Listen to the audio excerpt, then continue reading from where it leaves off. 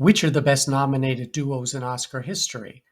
Hey, it's Michael, aka Oscar Man, and in part one of this series, I'm going to cover some of my favorite pairs in two combinations: Best Lead and Supporting Actor, and Best Lead Actor and Supporting Actress.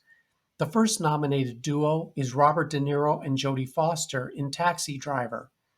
Featuring a haunting score by Bernard Herrmann, this 1976 film, directed by Martin Scorsese, was very controversial due to its scenes of violence as well as Foster's character, a 12-year-old prostitute.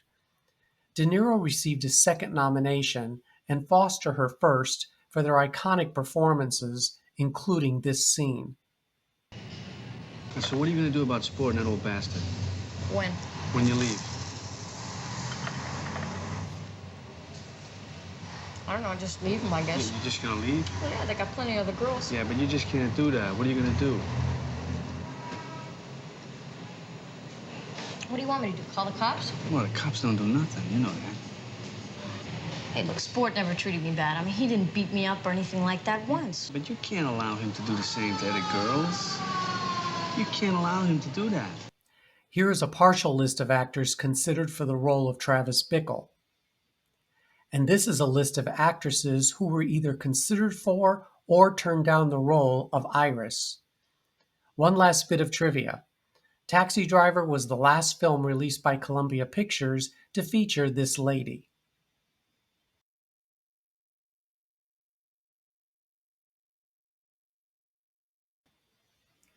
Another film with the theme of alienation was 1970's Five Easy Pieces, featuring the lead actor, supporting actress nominated duo of Jack Nicholson and Karen Black. The actors worked together the year prior in Easy Rider, but this Best Picture nominee provided a showcase for each to give one of their best performances. Why can't I come out with you to your family's house? Now, you give me one good reason. I have to see what's going on first. My father's sick, you understand? They wouldn't be prepared for my bringing anyone. So how long do I have to sit and twiddle my thumbs in that place? Look, Ray, if you can't do what I'm asking you, why don't you just take the money and go on back south with it? Oh, now, don't talk like that. Look, will you try and understand? This is not something that I want to do. Jesus Christ! Even though the diner scene is the one most may remember, the rocky relationship between Bobby and Rayette is what made Five Easy Pieces so memorable. What's most surprising and disappointing is that this was Karen Black's only Oscar nomination. And yeah, we all know who she lost the Oscar to that year. A most untraditional pairing of Stephen Ray and Jay Davidson in 1992's The Crying Game earned them nominations in the lead supporting categories. Even though the crime thriller was one of the most acclaimed films of the year, it was the major twist that sparked interest among filmgoers. What was all that about? He wants me to perform for him. Perform? You know. You on a game? God, no. I'm a hairdresser. You getting up? Can't leave me then, can you? Davidson had no prior acting experience to his credit, and the producers initially wanted to cast a female actor for the role of Dill. But Davidson was able to make audiences and Stephen Ray's character Fergus believe he was a woman. Nominated for 6 Oscars, The Crying Game won 1 for original screenplay. Jay Davidson quit acting after appearing in a handful of films following his nomination because he said he genuinely hated the fame that came with being an actor. The relationship between the characters portrayed by Benedict Cumberbatch and Cody Smith-McPhee in 2021's The Power of the Dog ran through a gamut of emotions.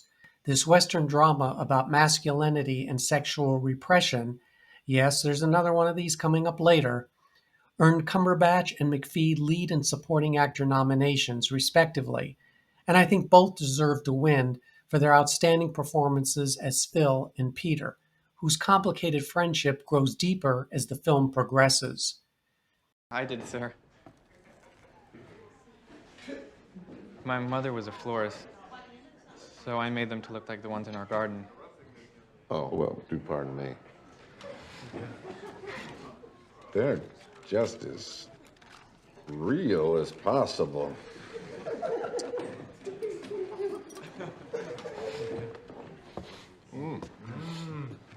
Now, gentlemen, look, see, that's what you do with the cloth. Though some were confused by the ending, the power of the dog succeeded in conveying how inner conflict can impact one's destiny as well as that of others. There are so many lead supporting nominated duos that I need to briefly review several on my list.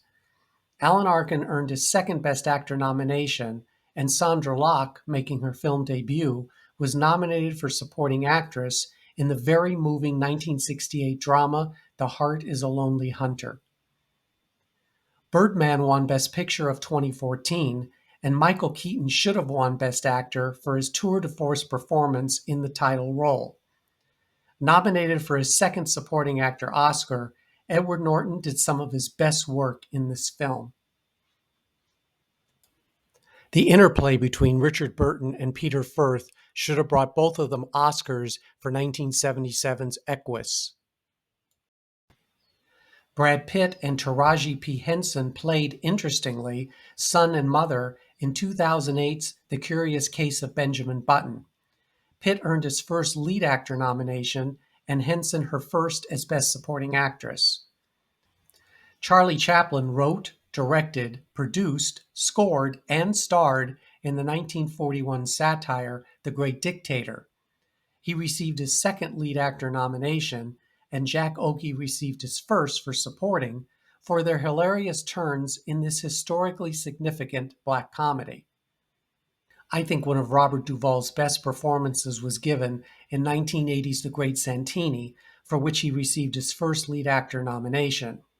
In only his second film, Michael O'Keefe was nominated for Supporting Actor in the story about a stern military man and his relationship with his sensitive son. Ian McKellen and Lynn Redgrave had a great rapport in 1998's God and Monsters.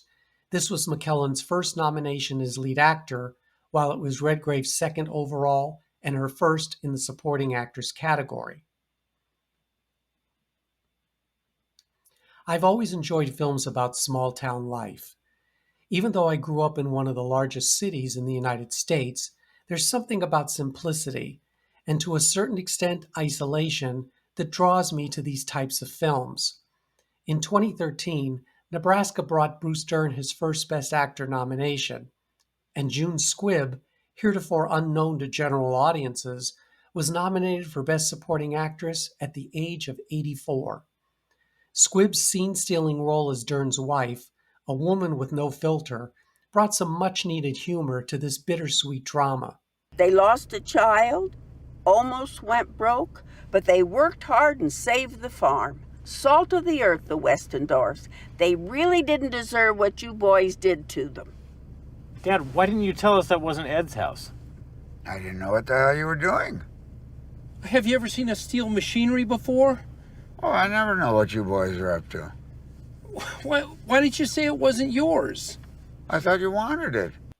The nominated performances of Dern and Squibb brought an authenticity to this poignant film about chasing dreams. Riz Ahmed was outstanding in 2020's The Sound of Metal. He rightfully earned a Best Actor nomination for his intense performance as a drummer who experiences hearing loss. Ahmed spent 8 months preparing for the role of Reuben, learning sign language, how to play the drums, and working with a personal trainer.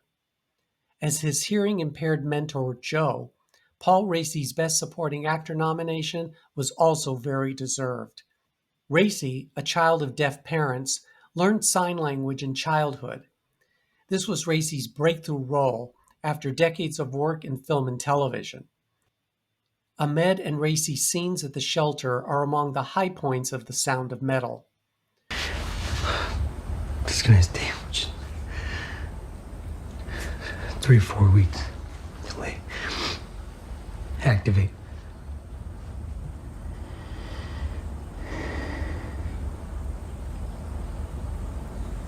Reuben, as you know, everybody here shares in the belief that being deaf is not a handicap, not something to fix. I wish Riz Ahmed hadn't been nominated in such a strong year, so that his performance could have brought him an Oscar. I Never Sang for My Father is basically a two-character film. The 1970 production of the Broadway play starred Oscar winners Melvin Douglas and Gene Hackman as a father and son embroiled in a lifelong battle for love and respect. I think this was easily both of these actors' finest hours, and that's saying a lot, given their respective years of excellent work. This is one of those films where two superb performances make a simple story so powerful. I've given you everything. Since I was a snot-nosed kid, I've worked my fingers to the bone for you. You're everything. I had nothing. I put a roof over your head, clothes on your back, Food on the table. you ungrateful bastard! What do you want for gratitude? Nothing. Nothing to be enough for you.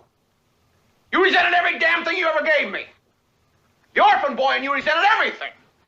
I Never Sang for My Father affected me for personal reasons, though my experience differs in several aspects. This was Melvin Douglas's only nomination as lead actor, though he won twice in supporting roles. And Hackman received his second of 3 supporting nominations, winning once for both lead and supporting actor. Now, I know lots of you love to talk about category fraud, and I Never Sang for My Father is a special case. Melvin Douglas was on screen for 44 minutes, while Hackman's screen time was 1 hour, 8 minutes. I would say that both actors were co-leads, but if there had been an Oscar category for Best Duo, Douglas and Hackman would have been a shoo-in. But it does not make me love you, and I wanted to love you. You hated your father, and I saw what that did to you, and I did not want to hate you. I don't care what you feel about me. Well, I do. I came so close to loving you tonight. I've never felt so open to you. You don't know what it cost me to ask you to come with me. And I've never even been able to sit in the same room alone with you. You really think your door was always open to me? It's not my fault if you never came through it. I think it's easy to dismiss George Clooney as an actor because he is often coasting on charm, and it's there aplenty in 2009's Up in the Air. As businessman Ryan Bingham, Clooney travels around the country downsizing, or to put it simply, firing corporate executives. Anna Kendrick co-stars as Natalie, his ambitious younger protege, who accompanies him to learn the ropes and ends up teaching him a thing or two along the way.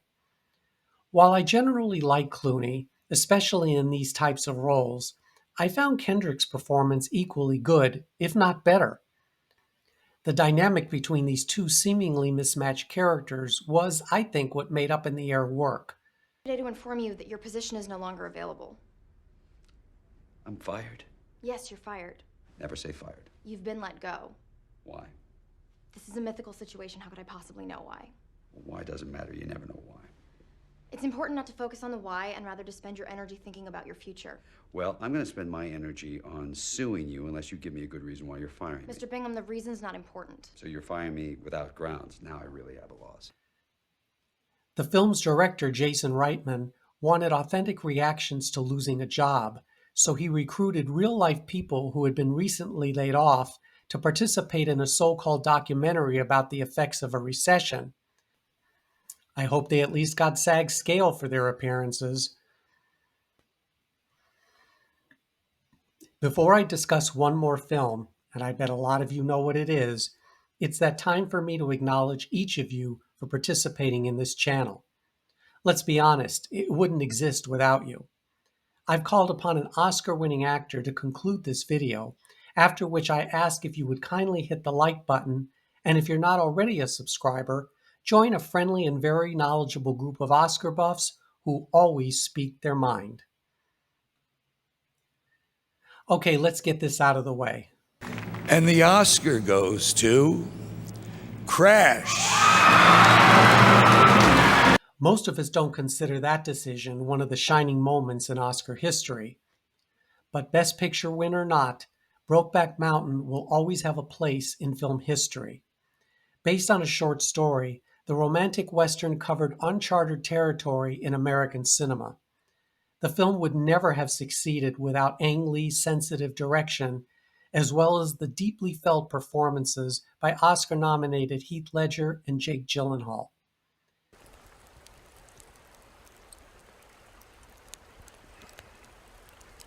What? Man, that's more words than you spoke in the past 2 weeks. Hell, that's the most I've spoken in a year.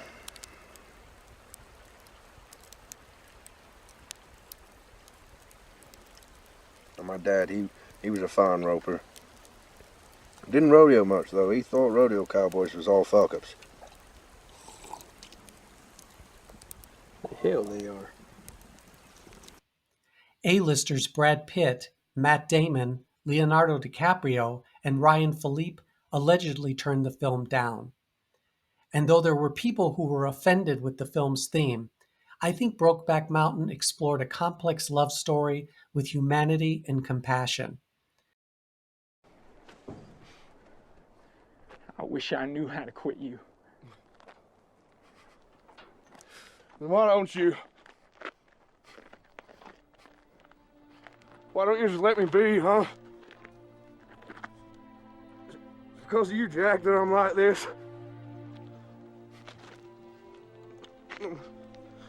Nothing. I'm nowhere. Oh.